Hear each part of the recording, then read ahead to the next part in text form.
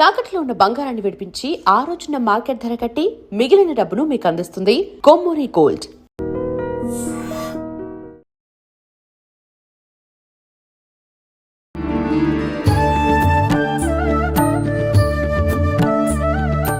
నమస్కారం అమ్మా. జై శ్రీరామ్. శ్రీమాత్రే నమః. శ్రీ గురుభ్యో నమః. ప్రతి ఒక్కరిలో ఉండే సమస్య ఇప్పుడు నేను అడగబోతున్నది. సంపాదన వరకు బానే ఉంది, కానీ వచ్చిన ధనం మాత్రం మాకు అస్సలు నిలవట్లేదు. ఏదన్నా మేము పొదుపు చేద్దాము అని చెప్పి ఒక దగ్గర పెట్టాము అనంటే ఒకేసారి పొదుపు చేసిందంతా ఏదో రూపంలో వెళ్ళిపోతుంది. ఇది ప్రతి ఒక్క ఇంట్లో ఉండే సమస్య అమ్మా. ప్రతి నిత్యము ఉండే ఖర్చులు అవే ఉంటాయి, కానీ డబ్బులు మాత్రం మిగలవు. ఎందుకు, ఏం జరుగుతుంది అని ఆలోచిస్తే అసలు ఏమీ తోచదు. మరి ఇంట్లో వాస్తు దోషం ఏమైనా ఉంటే ఇలా జరుగుతుందా అనే సందేహం కూడా చాలా మందిలో వస్తుంది. అసలు ఎందుకు ఇలా జరుగుతుంది అంటారమ్మా? అలాగే విజిత, మీరు తీసుకున్న ప్రశ్న యూనివర్సల్ ప్రాబ్లం. చాలా పెద్ద ప్రాబ్లం. ఇంచుమించుగా మనం ఒక 100 మందిలో తీస్తే 99 పీపుల్ చెప్పేది. ఆ 1% కూడా మేబీ ఇప్పుడు మనం ఒక మాట వింటూ ఉంటాం, మన సంపాదన సముద్రంలో కాకిరెట్టు అవ్వకూడదు, ఖర్చులు కనుక సముద్రంలో కాకిరెట్టు అయితే అవి ఉంటాయి. సూపర్. ఆ 1% వాళ్ళ సంపాదన సముద్రం అవుతుంది, ఖర్చులు కాకిరెట్టు అవుతాయి. అందుకే ఆ 1% వాళ్ళు exception. But 99% of the people ఈ ప్రాబ్లం ఫేస్, అట్లీస్ట్ 90% అయితే ఫేస్ చేస్తూ ఉంటారు. దీని నుంచి మీరు అన్నట్టు మనకి దశ మారితే దిశ మారుతుందని ఒక నానుడి ఉంది. ఎప్పుడైనా మనకి మంచి ఫేస్ వచ్చింది అనుకోండి లైఫ్ లో, అప్పుడు అనుకోకుండా మనం ఒక ఇంట్లో ఉన్నాం అనుకోండి, ఆ ఇల్లు సపోజ్ లక్ష్మీ కళ లేదు అనుకుందాం, ఎగ్జాంపుల్ కి లేదు అనుకుంటే, ఆ ఇంట్లోంచి మనకి ఏ ఇల్లు అయితే ఫెచ్చింగ్ అవుతున్నాం ఆటోమేటిక్ గా వెళ్ళిపోతాం. లక్ష్మీ కళ శోభుల్లే ఇల్లు, ఆ ఇంటికి వెళ్తాం.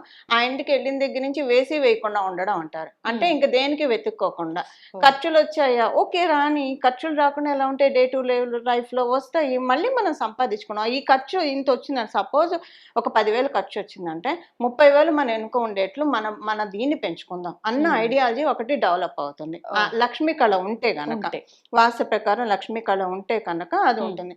ఇదంతా రెండు కోరిలేట్ అవుతాయి విజిత, ఆ జన్మ జాతకము అలాగే ఇల్లు. సపోజ్ కొంతమందికి జన్మ జాతకం బాగున్నా బాగోకపోయినా మంచి ఇంట్లో వాస్తు కళ శోభిల్లో ఇంటికి వెళ్ళారు అనుకోండి, ఆ వాస్తు కళ వల్ల వీళ్ళకి మొత్తం కూడా మారిపోతుంది. అంటే జన్మ జాతకం సపోర్ట్ చేయకపోయినా కూడా వచ్చేస్తాయి, వాస్తుని బట్టి వస్తుంది. ఇప్పుడు సపోజ్ ఎవరికైనా వాళ్ళ జన్మ జాతకం ప్రకారము వాటర్ స్కేర్సిటీ ఉందనుకోండి, వాళ్ళ జన్మ జాతకంలో వాళ్ళు ఏదైనా గోదావరి జిల్లాలో వెళ్ళి ఉన్నారనుకోండి, ఇంకా వాటర్ ప్రాబ్లం అనేది ఎక్కడ వస్తుంది? ఆ స్కేర్సిటీ అనే పాయింట్ నెగేట్ అయిపోతుంది కదా. అంటే మనకి అక్కడ గోదావరి జిల్లాలకు వెళ్ళడం, అక్కడ ఆ వాస్తు జలకళని సూచిస్తూ ఉంది. జలకళను సూచించే ప్రదేశానికి వెళ్తే వీళ్ళ జన్మజాతకంలో ఇది అనుభవించాలన్నది పోతుంది. కాకపోతే అప్పుడు ఏంటంటే తరచూ కొంచెం జలుబు చేయడము, ఇలా జల సంబంధిత, ఎందుకంటే మరి దాన్ని వీళ్ళు నలిఫై చేసుకున్నారు కదా, జలం లేదు అన్న స్కేర్ సిటీని నలిఫై చేసి అబండెన్స్ చేసుకున్నప్పుడు ఆ ట్రాన్స్ఫర్మేషన్ కొంచెం చిన్న చిన్న డిసీజెస్ ఇస్తుంది. మధ్య మధ్యలో వాళ్ళకి జలుబు చేయడము ఇలాంటివి వస్తాయి, జలానికి సంబంధించినవి వస్తాయి.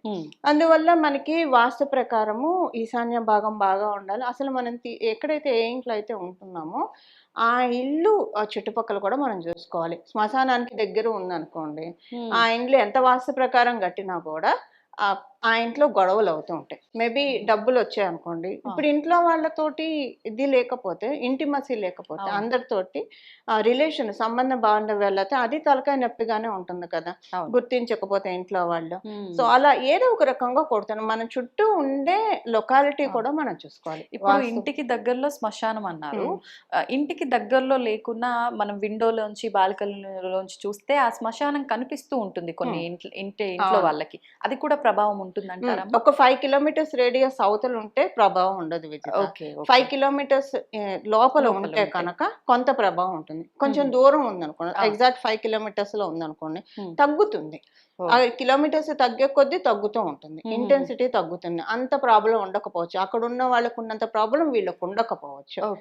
అందుకే మనము మామూలుగా కూడా అన్ని నక్షత్రాలు రోజు పేరు ఉదయాన్నే మనం లేచి స్నానం చేసిన వెంటనే ఇలాంటివి ఏమన్నా ఉంటే కనుక, మనకి పరాశర సంహితలో ఉన్నది నేను చెప్తున్నా, మనం వెళ్తూ ఉన్నాం విజిత, వెళ్తూ ఉంటే ఒక మేకల మంద వెళ్తూ ఉందనుకోండి, అప్పుడు కూడా మనకి ఒక చిన్న దోషం వచ్చేస్తుంది. ఆ మేకల మందలో మనం అలా దాంట్లో ప్రయాణిస్తూ ఉంటే ఒక గోవుల మంద వెళ్తూ ఉందనుకోండి, అది మంచిది. ఒకవేళ ఒక శవం ఎదురొచ్చింది అనుకోండి, అది మంచిది. లేదా మనం ఒక శ్మశానం దాటుతున్నాం అంటే అది మంచిది కాదు. అందుకని మనం ఏం చేయాలంటే ఇంటి దగ్గరే శ్మశానం ఉండక్కర్లా. ఆ, మనం వచ్చే రూట్ లో శ్మశానాలు బోల్డ్ అని తగులుతాయి. అందులో ఉంటాయి. ఎస్పెషల్లీ హైదరాబాద్ వాస్తవులకైతే ఇది అందరికి ఎక్స్పీరియన్స్ అయ్యే నిజంగానే. విషయం. ఆ శ్మశానం దాటాక కుదిరితే స్పిట్ చేసేయాలి, ఆ, ఉమ్మేసేసేయాలి. ఓకే. చేసేస్తే అక్కడ అది ఉంటుంది. దోషం పోతుంది. దోషం పోతుంది. బయటికి రాగానే గంగా గంగా గంగా పుండరీకాక్ష పుండరీకాక్ష పుండరీకాక్ష అనని ఇలా చెవు పట్టుకొని అనాలి. ఏంటంటే పుండరీకాక్ష అని అనుకుంటే గనక ఉమ్, లోపల నుంచి బయట నుంచి శుద్ధి అవుతుంది మనకి. అపవిత్ర పవిత్రోవా సర్వావస్థ గతౌపివ ఎస్మరిత్ పుండరీకాక్ష సబాహ్యంతర శుచిహ్యంగతం. అంటే పుండరీకాక్షని మనం స్మరించడం వల్ల మనకి లోపల శుద్ధి అవుతుంది, బయట శుద్ధి అవుతుంది. అక్కడ మనం స్నానం చేసినట్టు లెక్కకు వస్తుంది. మనకి తెలియకుండా ఇప్పుడు ఈ ఎనర్జీతో మనం ఇంటికి వెళ్ళాం అనుకోండి, ఆఫీస్కి వచ్చాం అనుకోండి, ఆ ఎనర్జీ డిస్టర్బ్ చేస్తుంది. రోజు ఇంకా ట్రావెల్ చేసే వాళ్ళకైతే ఎదుగుదల లేకుండా ఇబ్బంది పడతారు. వాళ్ళకి టాలెంట్ ఉండొచ్చు కాక అన్నీ ఉండొచ్చు కాక ఎక్కడో ఏదో ఆగుతుంది. ఎక్కడ ఆగుతుంది అర్థం కాదు అనుకుంటారు సార్. ఇలా అందుకే మనం ఈ కుడి చెవి ఇలా పట్టుకుంటే ఇక్కడ గంగ ఉంటుంది అంటారు. మామూలుగా కూడా పరాశర సంహిత ప్రకారం ఇలాగ మనం ఎప్పుడైతే టచ్ చేస్తూ ఉంటామో అదృష్టం పెరుగుతుంది. పై భాగానమ్మా ఇక్కడ ఇలాగ చెవికి ఈ భాగాన్ని ఇలా టచ్ చేస్తూ ఉంటే ఎప్పుడు మనం పవిత్రులు శుచిలుగా ఆ బయట నుంచి ఆ లోపల నుంచి శుచి అనేది మనకి పొసుగుతుంది, వస్తుంది. ఇంటికి ఇప్పుడు మనం అందుకే ప్రతిరోజు లేవగానే పంచాంగ శ్రవణం అనేది ఒకటి చేసుకోవాలి. మనకి 5 ఎలిమెంట్స్ ఆ రోజు తిథి వార నక్షత్రాలు ఏంటి చూసుకోవాలి, యోగం కారణం ఇవన్నీ చూసుకోవాలి. కుదిరితే స్నానం చేసిన తర్వాత మనకి 27 నక్షత్రాన్ని ఒక్కసారి మనసులో స్మరించుకొని అశ్విని మొదలుకొని రేవతి వరకు ఆ రోజులో ఎలాంటి దోషాలు మనకు అప్లికేబిలిటీ ఉండదు. అలా నక్షత్రాలు స్మరించుకోవడం వల్ల నక్షత్రాలు స్మరించుకుంటే నక్షత్రాది దేవతల యొక్క ఆశీస్సులు మనకు వస్తాయి. అంటే నేను ఇది కొంతమందికి ఇచ్చాను, అద్భుతంగా వర్కౌట్ అవుతుంది. ఈ రెమెడీ వర్కౌట్ అవ్వకపోవడం ఉండదు. మనం మేకల మందులో మధ్యలోంచి వెళ్ళినా కూడా 27 నక్షత్రాలు ఒకసారి స్మరించుకోవాలి. వెంటనే స్మరించుకుంటే కనుక అక్కడికక్కడ మనకి చాలా మంచి ఫలితాలు వస్తాయి. సో అందుకని మనం పొద్దున్నే మనకి ఒకవేళ ఇంట్లో వాస్తు సరిగ్గా లేదు అనుకోండి, వాస్తు సరిగ్గా లేకపోవడం వల్ల మనకి ఎవరికైనా ఈ ఫైనాన్షియల్ డిస్టర్బెన్సెస్ వస్తున్నాయి అనుకోండి, అప్పుడు వెంటనే ప్రతిరోజు ఇలా చేస్తూ ఉంటే 27 నక్షత్రాన్ని స్మరించుకుంటూ ఉంటే ఒక 11 రోజుల తర్వాత 21 రోజుల తర్వాత మార్పు అయితే చూస్తారు. వాళ్ళకి ఆ ఇంట్లో అన్నా సెటరేట్ అవుతుంది, లేదా అనుకోకుండా వాళ్ళకి ఇంకో మంచి ఇల్లు దొరికి ఆ ఇంట్లోకి వెళ్ళిపోతారు, లేదా ఆఫీస్లో అన్నా మార్పు వస్తుంది. ఎక్కడ మారితే వాళ్ళకి బాగా కలిసి వస్తుంది. ఇప్పుడు ఇంటి వాస్తు బాగున్నా బాగోకపోయినా ఆఫీసుతో కూడా మన ఎనర్జీస్ ఫిట్ చేయేది లేకపోతే ఎక్కడైతే మార్చాలో అక్కడ మారుస్తాయి. నక్షత్ర దేవతలు అవి మారుస్తారు మనకి. అందువల్ల ఇలా మనం చేసుకుంటే ఫైనాన్షియల్ ఇది మనకి లేకుండా, స్కేర్సిటీ లేకుండా అబండెన్స్ వస్తుంది. అబండెన్స్ అనేది నెమ్మదిగా స్టెప్ బై స్టెప్ వస్తుంది. ఇప్పుడు ఒక 1 year లో, వితిన్ 3 years లో, వితిన్ 5 years లో ఒక మంచి స్టేబుల్ పొజిషన్ కి అయితే వెళ్తాం. ఎందుకంటే ఎప్పుడైనా మనకి గ్రోత్ స్టెప్ బై స్టెప్ వస్తే అది కాంక్రీట్ అవుతుంది. రాకెట్ లాగా దూసుకెళ్తే వెంటనే డబ్బని కింద కూడా పడిపోయే ఛాన్స్ ఉంటుంది. సో మనం స్టెప్ బై స్టెప్ గ్రోత్ చేసుకోవడానికి ఇంకా అలా చేసుకుంటే దాన్ని ఎవరు కదల్చలేకుండా అంతటి స్టేజ్కి మనల్ని తీసుకెళ్తుంది. ఈ నక్షత్రాలది నేను నా లైఫ్ లో ఎక్స్పీరియన్స్ అయ్యాను. నక్షత్రాలు నేను ఒక 3 రోజులు వరుస పెట్టి చెప్పుకుంటే నేను చాలా మార్పులు చేశాను. 3 days కి. అంటే అది మనం ఎంత ఏకాగ్రతతో చేస్తున్నాము అనేది, ఎంత నమ్మకంతో చేస్తున్నాము, ఎంత ఏకాగ్రత, మీరు చెప్పింది కరెక్ట్. మొత్తం అంటే శరీరము మనస్సు అన్ని ఇక్కడే ఉండాలి. మనం నక్షత్రాలు అశ్విని భరణి కృతిక రోహిణి ఇలా చెప్పుకుంటూ వెళ్తే మన మనసు ఎట్టే వెళ్ళిపోయిందంటే అది మీరు అన్నది ఏకాగ్రత అనేది మోస్ట్ ఇంపార్టెంట్. ఇక్కడే ఉండాలి. అటెన్షన్ ఆఫ్ మైండ్ అంటారు. అటెన్షన్ అంటే ప్రెజెంట్ లో ఉంటూ మనం జపించుకుంటే కనుక చాలా మంచి ఫలితాన్ని చూస్తారు. వాళ్ళకున్న ఆరాను బట్టి ఆఫ్టర్ 11 days కూడా స్టార్ట్ అయిపోతుంది. 21 days మాక్సిమం 41 days తర్వాత అయితే రిజల్ట్స్ చూసే తీరుతారు. ఇంకా అంతకు మీరదు. కొంతమందికి 3 days, కొంతమందికి 11 days, కొంతమందికి వితిన్ 3 hours రావచ్చు. అలా కూడా ఉంటుంది. ఇప్పుడు మీరు చెప్పినట్టుగా 2 ఉదాహరణలు మనం తీసుకోవడం జరిగింది. ఒకటి వ్యక్తిగత జాతకము, ఇంకొకటి వచ్చేసి వాస్తు, అది ఇల్లు కానివ్వండి, ఆఫీస్ కానివ్వండి. మిగతా వాటికంటే మీరు అక్కడే పరిహారాలు అంటే మనకి అక్కడ ఉన్న వాస్తు ఎనర్జీస్ మనకి సెట్ కాదు. చెప్పండి. ఇప్పుడు ఆఫీస్ తీసుకోండి, కొన్ని రోజుల వరకు అంత బాగుంది, తర్వాత సడన్ గా మారిపోయింది. అక్కడ నుంచి నువ్వు ఎంత హార్డ్ వర్క్ వర్క్ చేసినా ఏం చేసినా ఆ గుర్తింపు కానీ లేదంటే ఆ ఉన్న శాలరీ అక్కడే ఆగిపోయి ఒక లెవెల్కి వచ్చి ఇంకా పడిపోవటం లాక్ కానీ అయిపోయినట్టు లాక్ అనిపిస్తుంది. అయిపోయినట్టు అవుతూ ఉంటుంది. ఇంట్లో కూడా కొన్నాళ్ళ వరకు ఆ ఇంట్లోకి వచ్చిన తర్వాత అది సొంతమే కానివ్వండి, రెంటెడే కానివ్వండి, చాలా బాగా అనిపిస్తుంది. అరే ఇంట్లోకి వచ్చాక మేము ఆ వస్తువులన్నీ కొనుక్కున్నాము, మాకు మంచి గ్రోత్ అనిపించింది, సడన్ గా ఏమైందో తెలీదు, ఇలా మార్పులు అయిపోతున్నాయి, మరి ఇంటి ప్రాబ్లం అనుకుందాము అని అంటే మొన్నటి వరకు బాగుంది కదా, ఇలా ఆలోచిస్తారు. ఈ సందిగ్ధత అవును. ఉన్న టైంలో ఏం చెయ్యొచ్చు అంటారు? ఇది చాలా వ్యాలిడ్. చాలా మందికి ఇలాంటివి జరుగుతూ ఉంటాయి. దీనికి 2 రీజన్స్ ఉంటాయి విజిత. మొదటి రీజన్ దిష్టి దోషాలు ఉండొచ్చు. ఓకే. ఓకే, దానివల్ల కూడా temporary period of time stuck అయిపోతారు, దిష్టి దోషాలు ఉంటాయి. ఆ. లేదా అప్పటిదాకా మన జన్మజాతకంలో మంచి దశ జరిగి ఆ పర్టికులర్ టైంలో అంతర్దశల్లో కావచ్చు లేదా మహాదశలో కావచ్చు ఏదన్నా బాగోలేనిది వస్తే అప్పుడు కూడా ఈ ప్రాబ్లం ఫేస్ చేస్తారు. ఓకే. సో ఈ రెండింటి నుంచి తప్పించుకోవాలి. సపోజ్ ఇంకా దిష్టి దోషమే మంచిది, ఎందుకో చెప్పను, అదైతే మనం ఏదో ఒకటి చేసి తీసుకోవచ్చు. ఇప్పుడు మహాదశ అయింది అనుకోండి, సపోజ్ చంద్రుడు మహాదశ బాగాలేదు అనుకోండి, 10 సంవత్సరాలు ఉంటుంది అది. మళ్ళీ అంతర్దశ దశాభుక్తులు బాగుంటే అది కొంచెం బాగాలేదన్న దాన్ని ఇచ్చేస్తుంది. ఇప్పుడు మనకి శని మహాదశ అయితే 19 ఏళ్ళు ఉంటుంది. దానికంటే ఈ సగం కాలం పాయే. అదే కదా, దానికంటే దిష్టి దోషం బెటర్. ఏంటంటే గుడ్డి కన్నా మళ్ళీ బెటర్ అన్నట్టు. దీన్ని మనం ఏదో ఒక రెమెడీ చేసి నెగెట్ చేసేసుకోవచ్చు ఈ ప్రాబ్లమ్ని. అంటే ఎలా చేసుకోవాలంటే, ఇప్పుడు మనం కొన్ని వెహికల్స్ వెనక చూస్తూ ఉంటాం కదా, మీ ఏడిపోయిన ఎదుగుదల అలా చేసుకోవచ్చు. గురు బలం పెంచుకోవాలి దానికి. గురు శుక్రుల బలం పెంచుకుంటే, దైవ బలం మనలో గనక పెంచుకుంటే అసలు మనల్ని చూసి అప్రిషియేట్ చేసే వాళ్ళే ఉంటారు ఫస్ట్ థింగ్. ఓకే, లేకపోయినా అప్రిషియేట్ చేయకపోయినా ఈర్ష్యకు లోనవ్వరు. రెండు ఈ రెండింటిలో ఏదో ఏదైనా సంతోషమే ఉంటుంది. సో మనకి ఏంటంటే ఒకవేళ ఎవరైనా ఇప్పుడు కొంతమంది ఉంటారు ఎలా ఉన్నా కూడా వాళ్ళతో కష్టంగానే ఉంటారు, వాళ్ళే మూర్ఖులు అని అంటారు. అలాంటప్పుడు ఏంటంటే వాళ్ళది వాళ్ళకే తగులుతుంది వెంటనే. అలా ఒక వాళ్ళు ఏడ్చారు అనుకోండి, వాళ్ళకే తగులుతుంది. అది అలా ఉంటుంది విజిత. మొత్తానికి దిష్టి దోషాలు సరే, మనకి గ్రహ దశలు రీత్యా వచ్చినా కంగారేం లేదు, వాటికి సంబంధించిన రెమెడీస్ చేసుకుంటే. సపోజ్ శనేశ్వరుడు దశ ఉంది, బాగాలేదు అనుకోండి, బాగుంటే ఆయన తరతరాలు తినే ఆస్తిని ఇస్తాడు. మనతోనే కాదు, మన పిల్లల పిల్లలు అలాగిస్తాడు కొన్ని. ఇప్పుడు ఇది వరకు అనే వాళ్ళు 7 తరాలు కూర్చొని తిన్నా తరగని ఆస్తి అని. అది ఎవరి వల్ల వస్తుంది? అన్ని ప్లానర్స్ లో శనేశ్వరుడు బలం ఉన్న వాళ్ళకే వస్తుంది. వాళ్ళు అందుకే మన తాత ముత్తాతలు అలా ఉన్న వాళ్ళు ఉంటే మనకి ఇప్పుడు గోల్డెన్ స్పూన్ ఉండేది. అలా మనం మనకి కనుక శనేశ్వరుడు బలం ఉందనుకోండి, మనమే అవుతాం. రేపు మన ఫ్యూచర్ జనరేషన్స్ అనుకుంటారు మన తాత ముత్తాతలు కావచ్చు, అమ్మమ్మ నాన్నమ్మల వల్ల ఇలా ఉన్నాం అని చెప్పి. అది శనేశ్వరుడు ఇచ్చేది. అందరిని ఆయన భయపడతారు, కర్మకారకుడు అని చెప్పి. అందుకని జరిగే దశ ఏంటి, ఆ దశ బాగోకపోతే, ఇప్పుడు సపోజ్ శనేశ్వరుడు దశ జరుగుతుంది అనుకుందాము, ఆయన ఏంటంటే సర్వీస్ని సూచిస్తాడు. వయసులో పెద్దవాళ్ళని రెస్పెక్ట్ చేయడం, వాళ్ళకి పాదసేవ చేయడము, వాకింగ్ చేయడం ఎక్కువగా. అందులో 8 నెంబర్ వాక్ ఎక్కువ చేసాం అనుకోండి, 8 మనం ఇలా రాస్తే 8, దాన్ని అడ్డంగా తిప్పితే ఇన్ఫినిటీ యోగాసన ఆయన ఇస్తాడు. కాలపురుషుడు కుండలిలో నుంచి ఆయన 10వ స్థానాన్ని 11వ స్థానాన్ని వెళ్తూ ఉంటాడు. అలాగే సప్తమ రాశిలో ఆయన ఉచ్చ స్థానాన్ని తీసుకుంటాడు.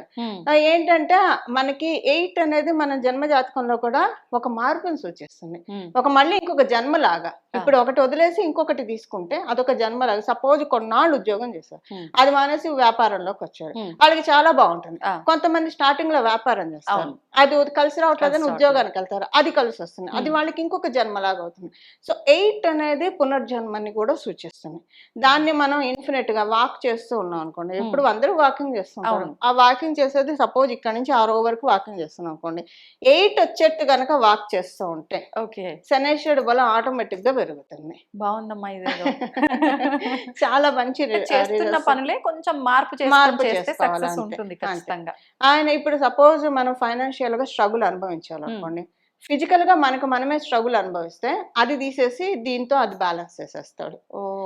మన ఇంట్లో పనులు మనం చేసుకోవడం, దేవాలయాల్లో వెళ్ళి లేదంటే ఎక్కడైనా స్వచ్ఛంద సంస్థల్లో వెళ్ళి మనకు కావాల్సిన వాలంటరీ సర్వీసెస్ చేస్తే శనేశ్వరుడు బలం ఆటోమేటిక్ గా వస్తుంది. శనేశ్వరుడు దశ జరగాలని లేదు విజిత, మామూలుగా కూడా కర్మకారకుడు అని అందరూ భయపడతారు కదా. ఆయన వరాన్ని ఇవ్వాలంటే స్వచ్ఛంద సంస్థల్లోకి వెళ్ళి వాలంటరీ సర్వీసెస్ చేయొచ్చు. లేదా ఎక్కడైనా ఇప్పుడు సపోజ్ ఈ గవర్నమెంట్ హాస్పిటల్స్ ఉంటాయి, అక్కడ చాలా మంది వస్తారు, కొంతమందికి ఎవరిని కలవాలో తెలియదు. అలాంటప్పుడు వాళ్ళకి మనం అసిస్ట్ చేసాం అనుకోండి, చదువుకున్న వాళ్ళు వెళ్ళి ఇక్కడ ఫలానా డాక్టర్ని కలవండి అమ్మా, అటెండెన్స్ వెళ్ళి కల్పించి ఇలాంటివి చేస్తే ఒక మోరల్ సపోర్ట్ కావచ్చు, లేదంటే ఫైనాన్షియల్ సపోర్ట్ కావచ్చు, లేదా ఫిజికల్ గా మనం ఏదైనా చేయగలిగేది. ఈ మూడిట్లో ఏది చేసినా శనేశ్వరుడు అప్పీజ్ అవుతాడు. ఒక శనేశ్వరుడు అనే కదా అక్కడ గురుబలం కూడా మనకి పెరుగుతుంది. ఎప్పుడైతే మనం ఇంకొకళ్ళు మంచి కోరుకుంటామో గురు భగవానుడు మనం మంచి కోరుకుంటాడు. ఇక్కడ మనం కాలపురుషుడు కుండలిలోంచి చూస్తే ఇలా సర్వీస్ చేస్తే ధర్మ కర్మాధిపతి యోగాన్ని మనం యాక్టివేట్ చేసుకోవచ్చు. ధర్మ కర్మాధిపతి యోగం అనేది one of the top most yoga. అది ఎలా వస్తుంది? నవమాధిపతి దశమాధిపతి కలిసి ఉన్న కేంద్ర కోణాల్లో దృష్టిలో రీత్యా వాళ్ళు ఉన్న ధర్మ కర్మాధిపతి యోగం వస్తుంది. ఈ ధర్మ కర్మాధిపతి యోగం అంటే వాళ్ళే మామూలు వర్క్ చేయరు. పెద్ద పెద్ద డాక్టర్లు, పెద్ద పెద్ద ప్రవచనకారులు, అంటే వాళ్ళ వల్ల చాలా మంది బాగుపడే వాళ్ళని ధర్మ కర్మాధిపతి యోగంలో ఉన్న వాళ్ళు అలా అంత పొజిషన్ లోకి వెళ్తారు. దాన్ని మనం యాక్టివేట్ చేసుకోవచ్చు, అందరం కూడా యాక్టివేట్ చేసుకోవచ్చు, ప్రతి ఒక్కళ్ళం కూడా. ఎలా యాక్టివేట్ చేసుకుంటాం? Service towards the society. Okay. Blind ఇప్పుడు అనాథాశరణాలయాలు ఉంటాయి, ఆర్ఫనేజెస్ ఉంటాయి, వికలాంగులు ఉంటాయి, వాళ్ళకి వెళ్ళి ఏదో ఒకటి పెట్టడము, వాళ్ళని ప్రేమగా కాసేపు పలకరించి రావడము, ఎందుకంటే వాళ్ళకి రిలేషన్ క్రేవింగ్ ఉంటుంది. సో ఇవన్నీ అంటే ప్రతిదీ డబ్బు ఖర్చు పెట్టక్కర్లేదు, పెట్టగలిగితే మంచిది, పెట్టలేకపోయినా మోరల్ సపోర్ట్. ఒకళ్ళకి ఎప్పుడైనా మనం అందులో ఎప్పుడైనా బాధపడుతున్న వాళ్ళకి మన షోల్డర్ని మనం ఇస్తే గనక దాన్ని మించిన పుణ్యం ఇంకొకటి లేదు. చాలా మంచి ఫలితాలు వస్తుంది. అంటే సత్కర్మ ఏవో సత్ఫలం అంటారు చూసారా, అలాంటి ఫలితాలని మనకి శనీశ్వరుడు గురు భగవానుడు ప్రతి ఒక్కళ్ళు ధర్మ కర్మాధిపతి యోగాన్ని యాక్టివేట్ చేసుకోవచ్చు. దేవాలయాన్ని ఊడవడము, కనీసం చెత్త చేయకుండా ఉంటే చాలు. నిజం నిజం. అది ఇప్పుడు ఏమన్నా తాగేసి అక్కడ పడేయడం, ఇవన్నీ చాలా దోషాలు చేస్తూ ఇక్కడ. ఉత్తర దిశలో నోట్స్ అంటాం, దక్షిణ దిశలో కేతు ఉంటాడు, ఉత్తర దిశలో రాహు ఉంటాడు. ఎప్పుడైనా గుడికి వెళ్ళినప్పుడు గురుబలం లేకపోయినా మనం గురుబలం పెంపొందించుకోవచ్చు. సపోజ్ ఎవరైనా అక్కడ ఏదైనా పడేశారు అనుకోండి, తీసి డస్ట్బిన్ లో మనం వేసాం అనుకోండి, మనకి గురుబలం పెరుగుతుంది. మనము పడేయకూడదు, మనం డస్ట్బిన్ లో పడేసాం అనుకోండి, మనకి గురుబలం ఆటోమేటిక్ గా రీటైన్ అవుతుంది, ఇంకా పెరుగుతుంది. ఆ గుడికి మనం ఎంత డివోషన్ తెల్లో కంప్లీట్ గా కాన్సన్ట్రేటెడ్ గా అక్కడ జపం చేసుకొస్తే గురుబలం పెరుగుతుంది. రాహువు చూస్తూ ఉంటాడు వీళ్ళెక్కడ నాకు దొరుకుతారు అని. దేవాలయాలకు వెళ్ళినప్పుడు ప్రత్యేకించి ఆయన గమనిస్తూ ఉంటాడు. దేవాలయాలకు వెళ్ళినప్పుడు అందుకే ఏమవుతుందంటే వెళ్తే అక్కడ పూర్తిగా ఫోకస్ చేయలేకుండా కూడా మనల్ని ఆయన టెస్ట్ చేస్తూ ఉంటాడు. అక్కడ ఏమన్నా పడేసాం అనుకోండి, తినే ప్రసాదం పులిహార చిన్న మొక్క కూడా పడకూడదు, ఆ పచ్చిమిరపకాయ తొడం కూడా పడేయకూడదు, తీసి మళ్ళీ వేసి పడేసేయాలి డస్ట్బిన్ లో. ఆయన చూస్తాడు దొరికారు, వీళ్ళకి గురుబలం ఉంది, లేదా గురుబలం లేకపోతే ఇంకా టాంట్ ఉంటుంది. గురుబలం ఉంటే ఆ గురుబలాన్ని తగ్గిస్తాడు, లేకపోతే విపరీతమైనది. సడన్ గా ఒక్కొక్కసారి అనుకుంటాడు ఇప్పటిదాకా బాగుంది, ఇప్పటి నుంచి ఎందుకు బాగాలేదని. ఇలాంటివి ఏమన్నా చేస్తున్నామేమో చెక్ చేసుకోవాలి మనం. అంటే చేస్తున్నాం కదమ్మా ఇప్పుడు. Dos and don'ts. నదీ తీర ప్రాంతాలకు వెళ్తారు, అక్కడ చూసి ఎంత బాధేస్తున్నా, షాంపూ ప్యాకెట్లు, డైపర్వి అన్ని అలా పడేస్తారు. వీలున్నంత వరకు నేను తీసి పడేస్తూ ఉంటా, కానీ అంటే అది మంచి పని కదా. సో అన్ని మనం చేయలేం కదా, చేస్తున్న కొద్ది పడేస్తూ ఉంటారు. సో కొంతమంది చెప్పేది ఏంటంటే క్లీనింగ్ వాళ్ళకి ఇచ్చేది అందుకే కదా అంట. క్లీనింగ్ వాళ్ళకి ఇచ్చేది అందుకని కాదు, మనం చెత్త చేయమని కాదు, ఆటోమేటిక్ గా అక్కడ మనం తడి మడుగుతోటి ఉంటే ఆ మట్టి ఉంటుంది, దాన్ని క్లీన్ చేయడానికి. మనం పోసే చెత్త దాని వల్ల ఎవరు సఫర్ అవుతారు? మనమే సఫర్ అవుతాం. మనం బాగుండాలి అంతే, అందరం బాగుండాలి అంటే మనం చేసే పనులన్నీ ఒకటికి 2 సార్లు చెక్ చేసుకోవాలి. ఎప్పుడైనా పబ్లిక్ టాయిలెట్ యూజ్ చేసేప్పుడు కూడా, అది రైల్లో కావచ్చు, లేదంటే మనకి పబ్లిక్ టాయిలెట్స్ యూజ్ చేసేప్పుడు వాటిని చక్కగా ఫ్లష్ అవుట్ చేసి రావాలి. కొంతమంది అలా వదిలేస్తారు, అది కూడా రాహు దోషం. టాయిలెట్ రాహు, ఆయన్ని ఎప్పుడు కూడా మనం చాలా గౌరవంతో చూడాలి ప్రతి గ్రహాన్ని. అది వాళ్ళ జాతకంలో సడన్ అబ్స్టాకిల్స్ ఇచ్చేస్తాడు ఆయన. ప్రతి గ్రహాన్ని మనం అపీజే చేసుకోవాలి. మనకి భూమి మీద మనం గెస్ట్లుగా వచ్చాము, ఇప్పుడు ఒక హోటల్కి వెళ్తాం, వాటిని వాడుకోవడం వరకే. స్పాయిల్ చేసే రైట్ మనకి లేదు, స్పాయిల్ చేస్తే మనకి దానికి మూల్యం ఉంటుంది.